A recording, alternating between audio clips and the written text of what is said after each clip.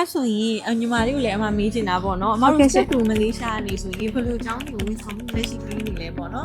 ညီမတို့ step to Malaysia ဆိုလို့ရှိရင်တော့သူကအဓိကညီမတို့ကကြတော့တရားဝင်agency ပေါ့နော်အဲ့လိုမျိုးပုံစံမျိုးအပြင်ဟိုမှညီမတို့အခုလက်ရှိပေါ့နော်ကျောင်းနေရဆိုလို့ရှိရင်အတည်ပြုထားတဲ့ကျောင်းလေးတွေရှိရဲ့ပေါ့အခုလက်ရှိကကြတော့ညီမတို့ promote လုပ်ပေးနေရဲ့အဓိက university လေးတွေကကြတော့Inti University ရှိမယ် Raffles University ရှိမယ်ပြီးလို့ရှိရင်တော့ညီမတို့အခုလက်ရှိမှာအရင် train ဖြစ်နေတဲ့ဒီ King's University College ရှိမယ်ပေါ့နော်ဟုတ်ကဲ့ပါအဲ့ဆိုရင်ညီမလေးကလည်းပေါ့နော်အမတို့ဒီ step to Malaysia နေပြီးတော့မှကျောင်းသားတွေကိုဘယ်လိုဝန်ဆောင်မှုတွေပေးနေလဲပေါ့ဘယ်လို support တွေအပြည့်အဝပေးနေရဲဆိုတာလေးလည်းပြောပြပေးပါအောင်ဟုတ်ညီမတို့ step to Malaysia ကဆိုလို့ရှိရင်ညီမကျောင်းသားတွေကိုပေါ့နော်ကျောင်းစပြီးတော့ရှောက်တာကနေစပြီးကျောင်းစရှောက်တဲ့ချိန်ကြလို့ရှိရင်လည်းညီမတို့ကကြတော့လေ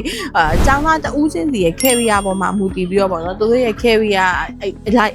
coaching လုပ်ပေးပြီးတော့ခါကြတော့သူတို့နဲ့တင့်တော်တဲ့ major ကိုစပြီးတော့ရွေးပေးတယ်ပြီးသွားလို့ရှိရင်သူတို့ကဘလို့ career ကိုသွားချင်တာတဲ့ပေါ်မှာမူတည်ပြီးတော့တင့်တော်တဲ့ကျောင်းကိုရွေးပေးတယ်အဲ့ဒီကနေစပြီးတော့ခါကြတော့ပေါ့နော်ကျောင်းရွေးပြီးသွားပြီဆိုလို့ရှိရင်ကျောင်းလျှောက်ပေးရလုပ်ပေးရပြီးသွားရင် visa process ဆက်လျှောက်ပေးရ visa ကျလာပြီးသွားပြီဆိုလို့ရှိရင်တော့သူတို့ကိုဒီflight ticket ဝယ်တာတွေပြီးတော့ဒီဟိုဘက်သွားဖို့အတွက်ကိုပေါ့နော် airport pickup လုပ် airport drop off နဲ့ pickup လုပ်ပေးရအပိုင်းတွေအဆောင်ရှာပေးရတွေအဲ့ဟာတွေအစအဆုံးကိုလုပ်ပေးရဟိုဘက်ရောက်သွားတဲ့အထီကိုပေါ့နော်ဟိုဘက်မှာညီမတို့ကျောင်းဘက်ကနေပြီးတော့လာကြိုသွားပြီးတော့ဟိုအဆောင်ပို့ပေးလိုက်တဲ့အထီကိုပေါ့နော်သေချာလေးစီစဉ်ပေးထားရပါရှင်အဲ့ဒီကအပြင်ကိုပေါ့နော်ကဲလို့ part time လုပ်ချင်တဲ့ကျောင်းသားတွေရှိရ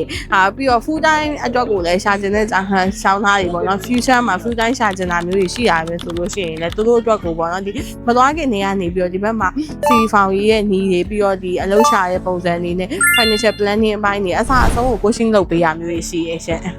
အဲ့ဆိုရင်အမတို့ကဒီ step to Malaysia နေပြီးတော့မှ full package အပြည့်နဲ့ကိုကျောင်းသားတွေကို supporting ပေးလိုက်ပြီးတော့မှတစ်ခါလေကျောင်းတက်ရောက်နိုင်အောင်ဟုတ်တယ်ဟုတ်ကျောင်းတက်ရောက်နိုင်အောင်ရှိအောင်မဟုတ်ဘဲနဲ့အလုပ်တိုင်းခွင့်လန်းတွေအတွက်ပါပေါ့နော်တေချာပြင်ဆင်ပေးလိုက်တာဆိုတော့ဒါကျောင်းသားတွေရဲ့သူရဲ့ future career အတွက်ကိုတော့လုံးဝfix ဖြစ်ပြီးသားပေါ့နော်ဟိုအရင်ပူပန်တရားမလို့တော့ကိုကနောက်ကနေပြီးတော့လိုက်လို့ရုံပဲပေါ့နော်ဟုတ်တာပေါ့